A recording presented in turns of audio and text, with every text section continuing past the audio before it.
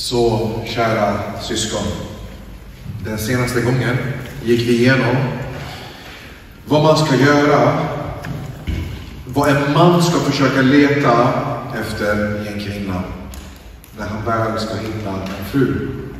Jag nämnde hur viktigt det är att hitta en kvinna som är mjuk och svag i sin karaktär, som är formbar och villig att lyssna och underordna sig. De mest essentiella egenskaperna var att hon lägger Gud före dig och att hon respekterar dig så som hon respekterar sin Herre Jesus Kristus. Det är just dessa egenskaper som kommer hjälpa er att undvika en grälsjuk kvinna som kan förgöra ditt liv. Men det krävs väldigt mycket bön att hitta en sån kvinna, då hon är en sann gåva från Gud. Idag har jag tänkt då gå vidare i vår serie om vägen till äktenskapet. Och jag kommer nu gå över till nästa steg. Dagens predikan kommer vara den minst teologiska och mest praktiska, bara så ni är beredda på det. Den är lite annorlunda än mitt vanliga sätt att predika, men ibland kan det vara viktigt att höra hur vi ska agera som kristna också. Så om vi låter oss säga nu att ni har hittat en person som ni är intresserade av. Ni har lagt märke till att personen verkar ha dessa egenskaper som ni letat efter. Vad gör man då? Vad är nästa steg efter att man har hittat en intressant kandidat till partner? Jo, man börjar träffas. Men kära syskon, i den europeiska kulturen som vi lever i så är hela datingkulturen vrickad i dagsläget. Just nu så är datinglivet väldigt privat. Den styrs av känslor och flörtigheter på romans. Och den har samlag som ändamål, inte äktenskap. Det har inte alltid varit så dock. Jag tror jag läste i en artikel att det fanns en tid då dating började bli lite mer normalt. Där man inte riktigt visste vad man skulle göra av situationen. Man såg då i början när datingkulturen började, det här är omkring, jag tror 1800- eller 1900-talet, att dating ansågs som en slags prostitution. Det var att en man och en kvinna träffas privat, där mannen bjuder kvinnan på någonting, en maträtt eller vad det nu kan vara, och sen umgås för att ha samlag. Där tekniskt sett vad prostitution skulle klassas som. Bara så ni förstår, syskon, världen har inte alltid haft den här datingkulturen som vi har idag. Och det var verkligen inte så i Bibelns tid. Utan det här är ett nytt fenomen. Och jag tror helt ärligt det är mycket mer skadligt än vad man kan tänka sig. Låt oss istället försöka läsa hur skriften pratar om dessa saker för att veta hur vi ska tänka. Vi läser från första Korinthierbrevet kapitel 7, vers 36 till och med 38.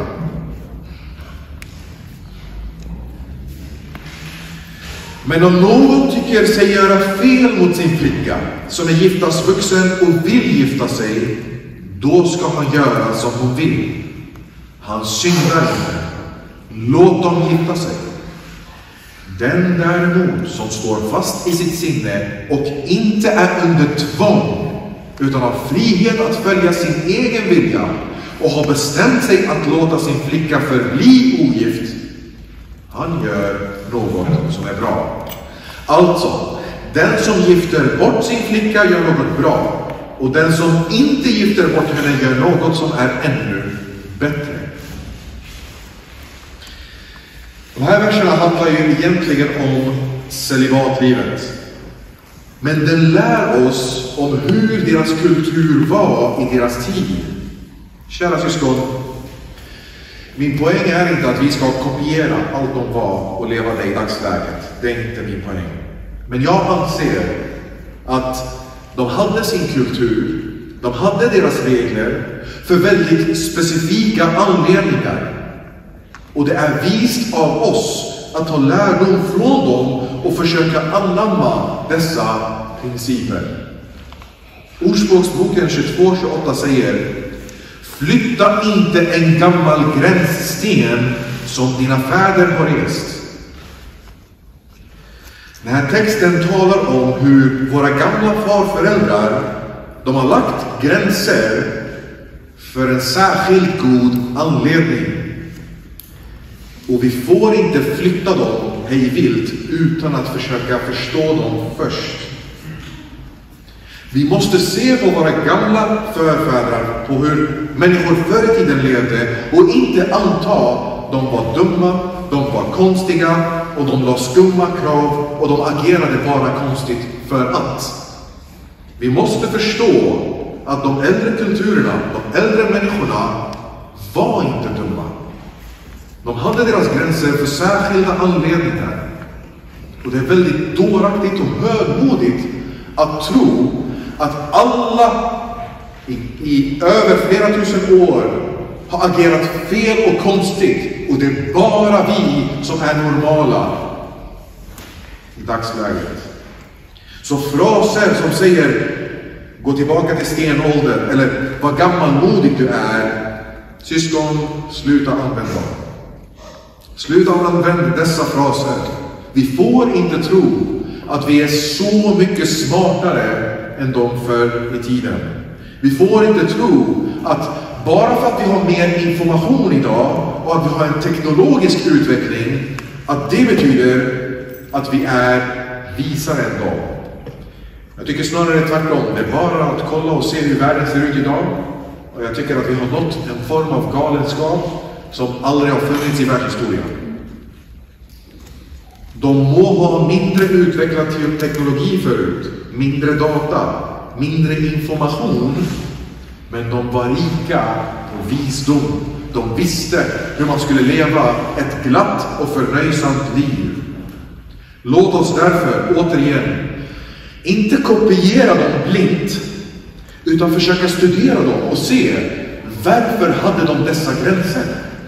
Det finns ju anledningar varför de har haft dem där, de är inte skumma.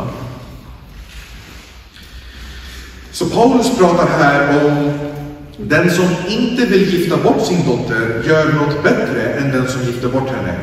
Han säger det för att celibatlivet är ett bättre val. Poängen jag vill ha, det är principen vi ser är att de hade någon form av slags arrangerat bröllop. Det är tydligt av hur Paulus pratar om det här.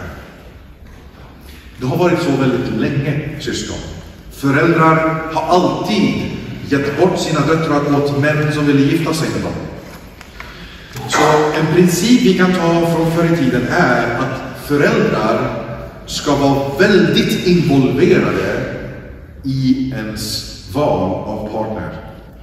Vi ser ett flertal exempel av detta i skriften också. Exempelvis hur Jakob gifte sig med Rakel och Lea, hur han var tvungen att gå via deras far för att få dem.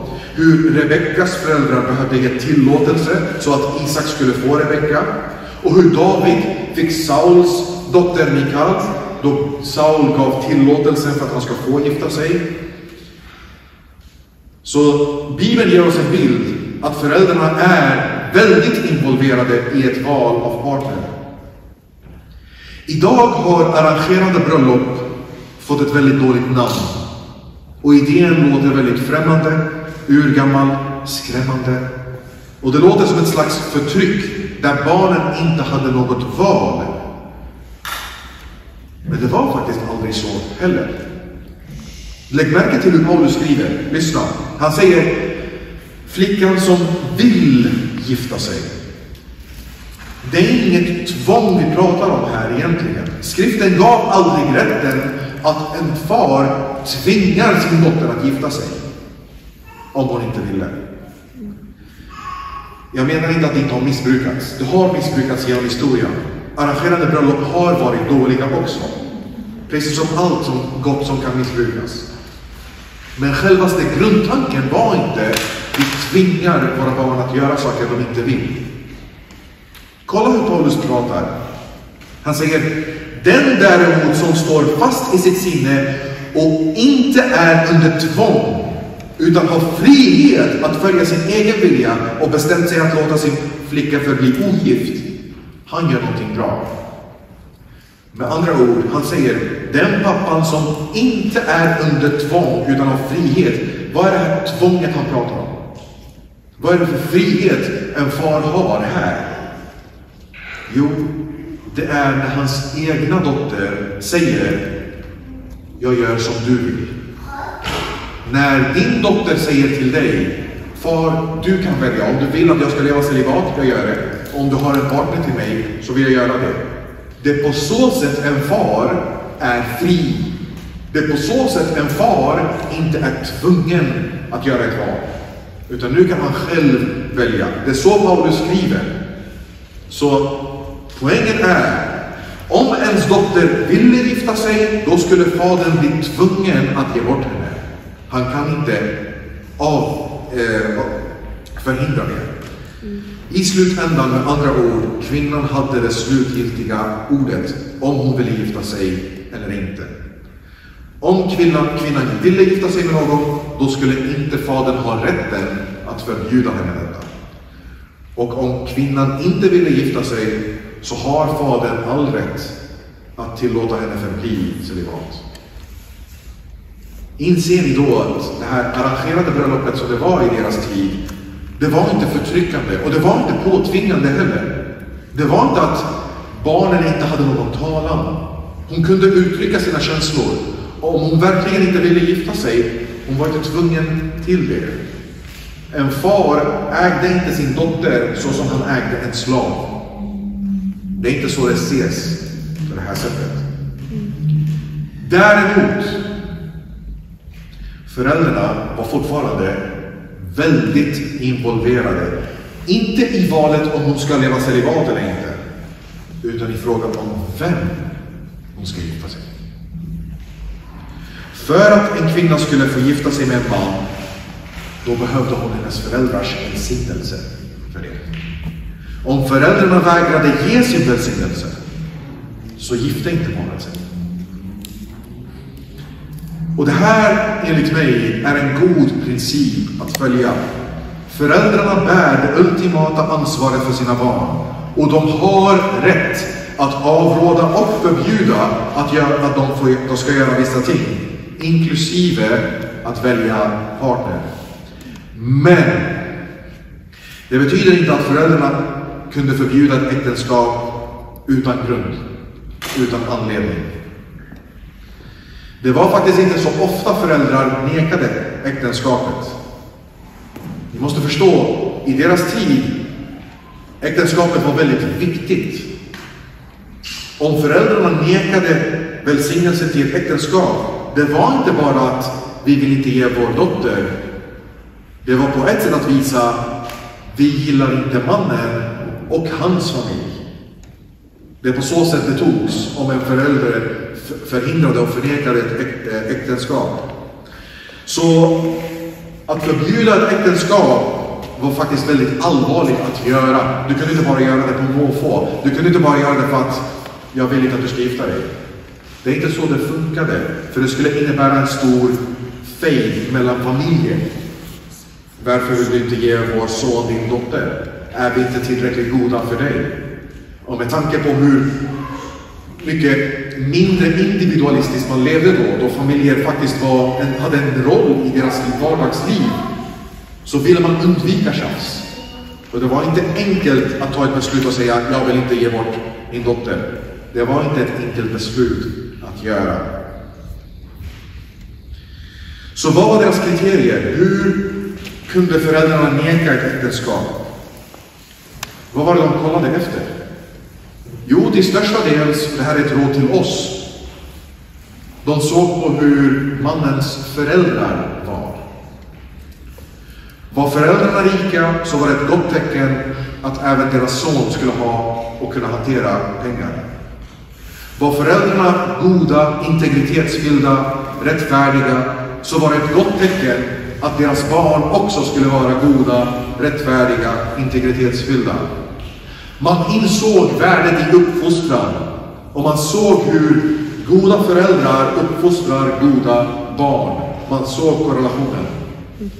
Och därför var inte bara personen utan personens familj en väldigt viktig faktor att ta in. Men förutom att bara se på föräldrarna så vill man också kolla på mannen och se, har han maskulina drag? Är han integritetsfylld? Är han respektfull? De letar efter egenskaper där en man kan försörja och beskydda deras dotter. De letar helt enkelt efter de egenskaperna som vi gick igenom under min predikan för förra gången. Nu om vi ska ta de här principerna av hur föräldrarna ska vara involverade i ett äktenskap i dagsläget, så har vi ett problem. Många av våra föräldrar är tyvärr inte frälsta. På grund av det så kommer de prioritera felaktiga egenskaper. Och de kommer underminera de viktigaste egenskaperna. Världsliga föräldrar kommer tyvärr inte prioritera att det är en frälst person som deras dotter gifter sig med. Därav, i vår situation, så kan det bli att vi tyvärr måste tvingas trotsa våra föräldrar. Vi kan inte lyda denna princip till fullo på grund av situationen vi lever i. Men syskon, en till princip vi kan lära oss av arrangerande bröllop, det är att se hur lite romans spelar roll. Idag är romans nästan A och O inför ett äktenskap. Man måste känna romansen idag. Förr i tiden, romansen har aldrig varit en stor faktor. I dagsläget så är känslorna det som avgör om en partner är värdig att vara med. Om man ska ge en person en chans eller inte. Men förr i tiden, det som var viktigt var föräldrarnas samtycke och parets egenskaper som spelade roll. Känslorna fick komma efter bröllopet, inte innan. Nu så tänker man, jag vill se om han kan uppfylla mina känslomässiga behov. Förr var det, nu när vi är gifta så kan vi börja träna och forma våra känslor efter varandra. Och vet ni vad skillnaden med detta blir? Det här är vad jag tycker är visdomen bakom detta. Förr i tiden så var känslorna alltså inte en avgörande faktor, utan det var det förnuftiga, det var det objektiva som gav beslut. Och det här medför att besluten som de tog var väldigt klarsynta. De förblindades inte av kärleken. De blev inte helt vilse och blinda för deras partners svagheter, utan de kunde se det klart och tydligt. Hänger ni med? Man kunde enklare se vad det är för person man skulle gifta sig med. För man tillät inte känslorna komma in i bilden.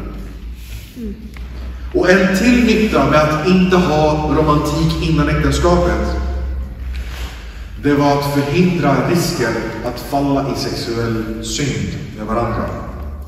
För man tillät inte sina känslor utvecklas.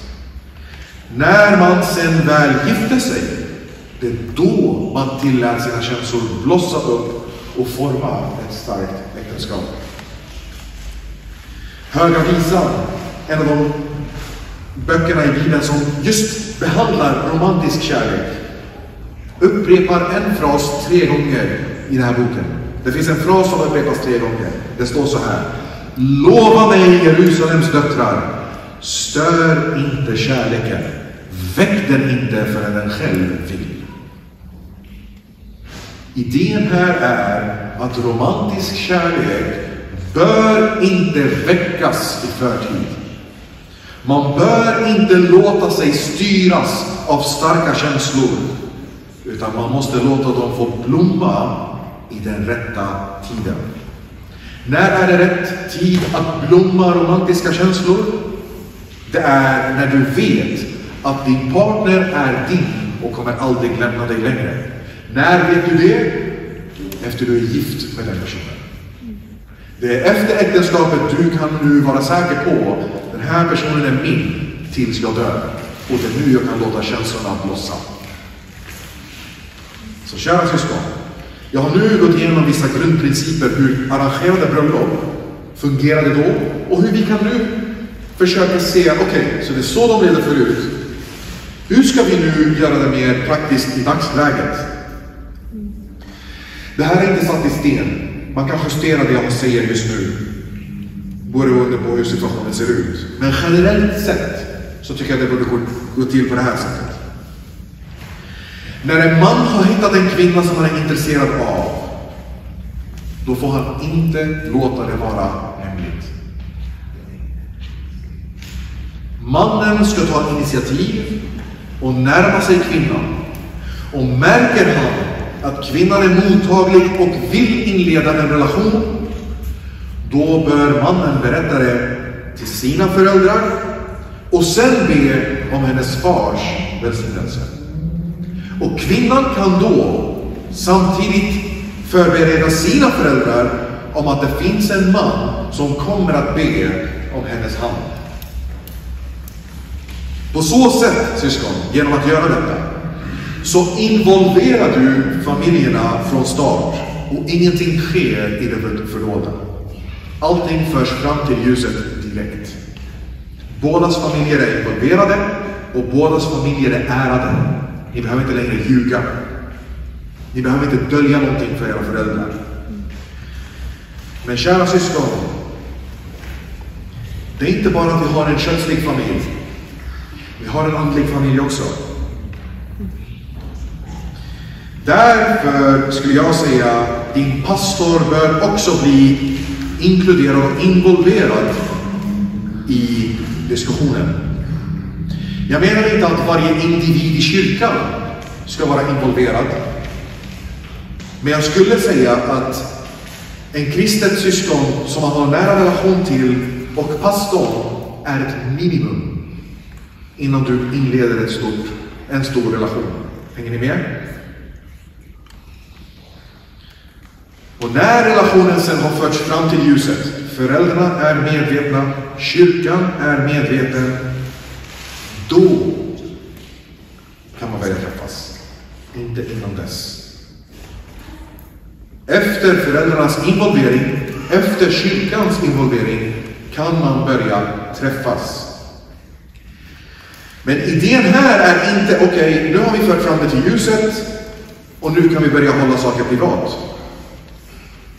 Ni ska fortsätta träffas offentligt, bland folk omkring er. Helst i grupp av vänner. Min poäng är inte det förbjudet att vara helt ensam på en middag. Det är inte det jag säger. Men om ni ska ha en privat dejt, en middag tillsammans, dejten bör ske på en allmän plats där andra människor kan se er. Inte nödvändigtvis höra vad som sägs, men åtminstone se er. Undvik alltså att stanna kvar i bilen ensamma. Undvik träffar som avskärmar er från allmänheten. Var aldrig ensamma i någon lägenhet. Jag säger detta av egna personliga skäl. Det här är för att undvika risker, syskon. Det är väldigt ofta folk tror att jag överdriver med de här sakerna jag säger just nu. Folk kanske tycker nu, det här är ju lite att ta i. Men när de där utsätts för prövningen så inser de hur svårt det är och hur farligt det faktiskt kan bli. Jag säger inte dessa saker på måfå eller bara för att. Jag säger det för jag känner hur vi människor är. Jag säger det för jag vet hur svaga vi egentligen är. Och att vi är mycket svagare än vad vi tror vi är. Kära syskon, undvik flörtande. Det enda det gör att flörta är att dimma till era tänkande. Och det börjar väcka starka känslor. Gör som Höga Visan säger. Väck inte kärleken för tidigt. Och jag kan förstå att det är svårt. när man älskar en person så vill man ändå ge en komplimang. Det är fullt förståeligt. Och jag menar inte ett totalt förbud att ge en komplimang.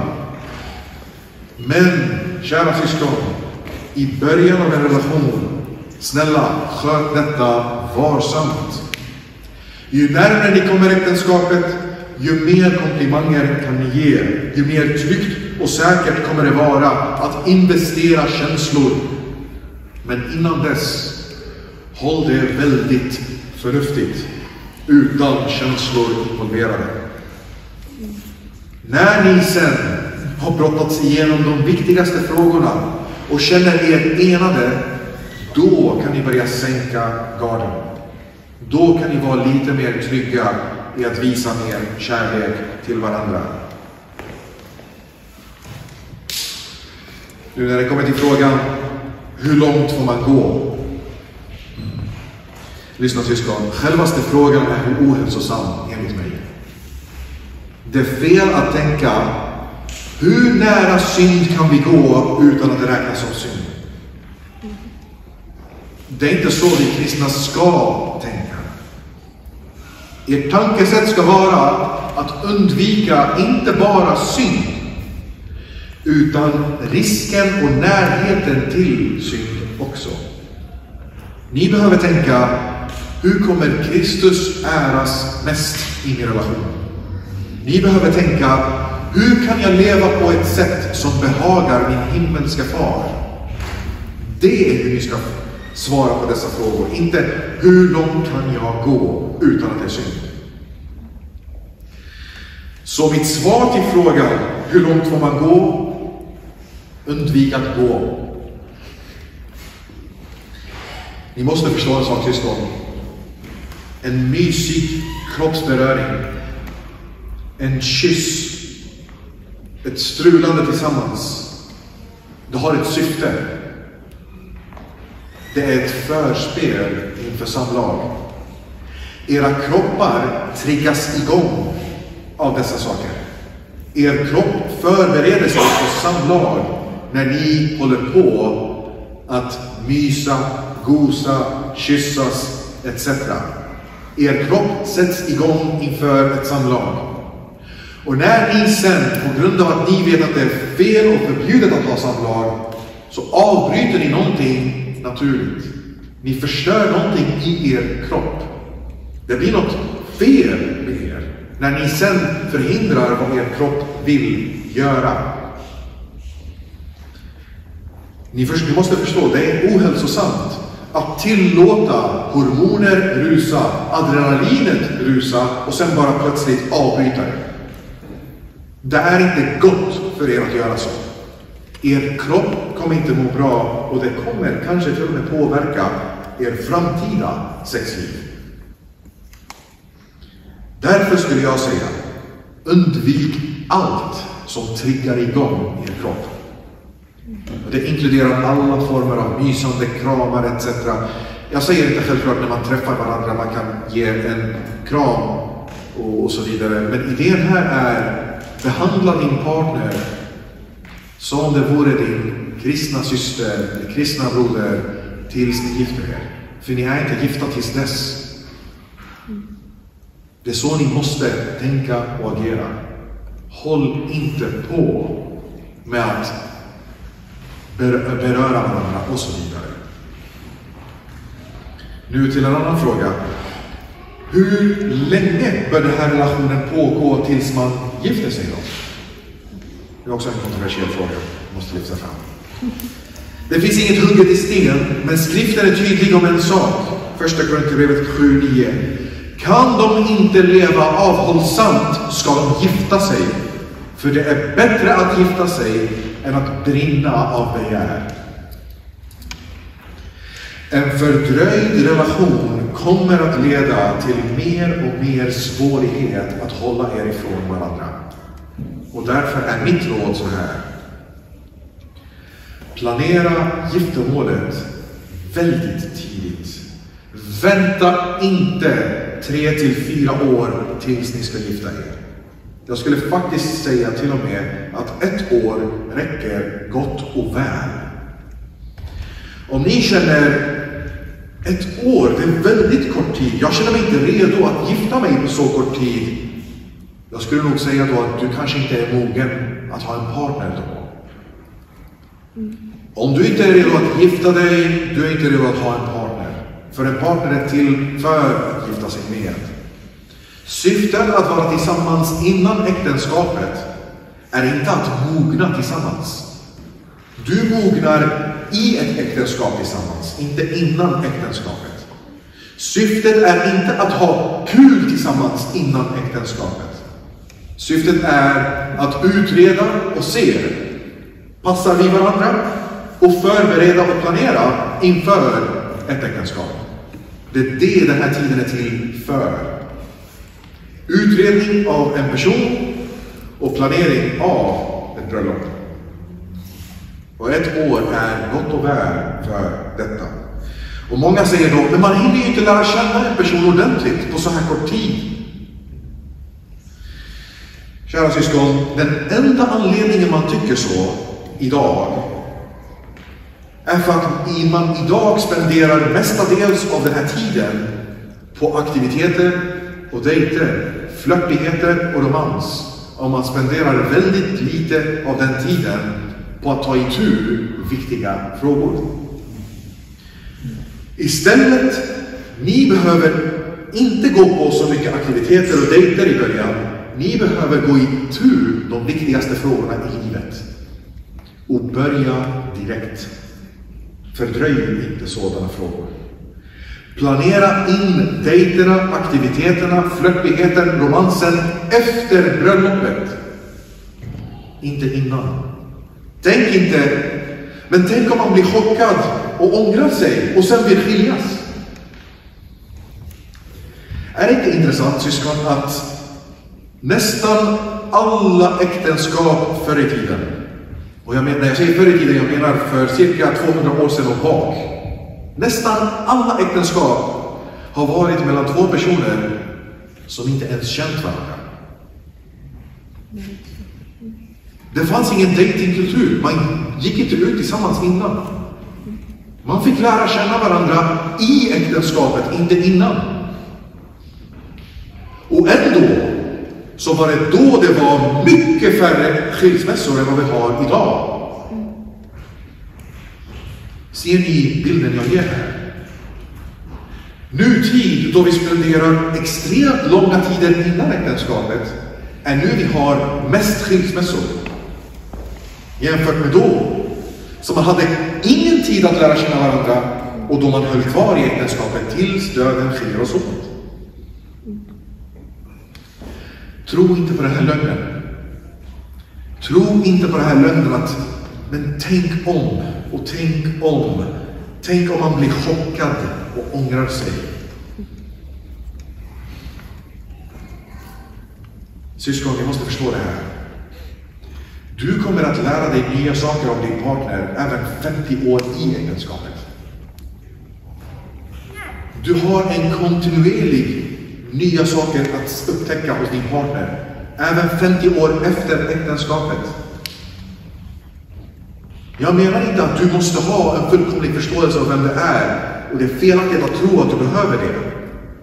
Målet är inte att försöka förstå en person till fullo innan man är gift. Du kommer aldrig göra det.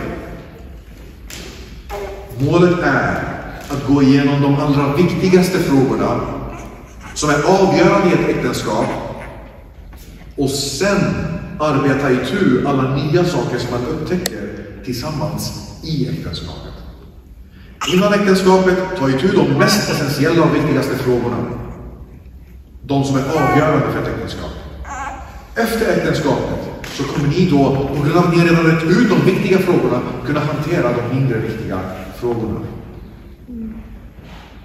Det här är faktiskt väldigt likt på hur man ska se på ett medlemskap i kyrkan, syskon. Jag har stött på flera personer nu som lägger fram 1000 olika scenarios. Men tänk om det här händer, kan jag fortfarande vara medlem då? Men tänk om så här händer, hur ska jag göra då? Men tänk om jag tänker så, och tänk om, och tänk om, och tänk om, och tänk om.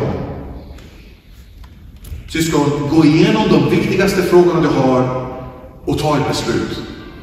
Du kan inte fördröja ditt medlemskap tills du har utrett varenda potentiell scenario som kan uppstå. Det är inte så det funkar att bli medlem. Nu. Ett tips för er syskon att gå igenom viktiga frågor. Det finns en länk från pastor John Piper. Han har skrivit en länk. Den heter Questions to Ask When Preparing for Marriage. Det är ett cirka 50-tals frågor. Väldigt genomgående, väldigt bra frågor att brottas igenom som ett par innan man gifter sig. Och jag tänker alltså här.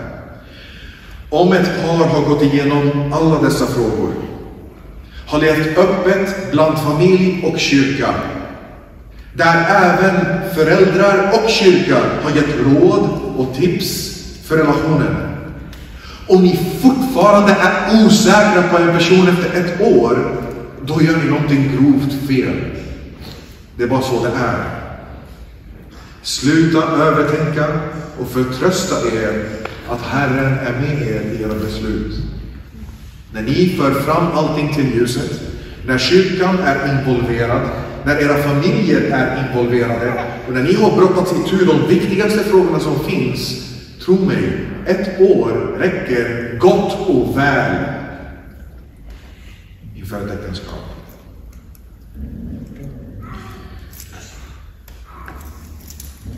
För att avsluta syskon. Det finns mycket mer att säga faktiskt om det här. Men jag tror jag har gett er lite riktlinjer i hur ni ska tänka inför ett äktenskap. Men en sak innan jag avslutar. Jag betonade en sak. Jag sa att det är mannen som ska ta initiativet att fråga om kvinnans hand.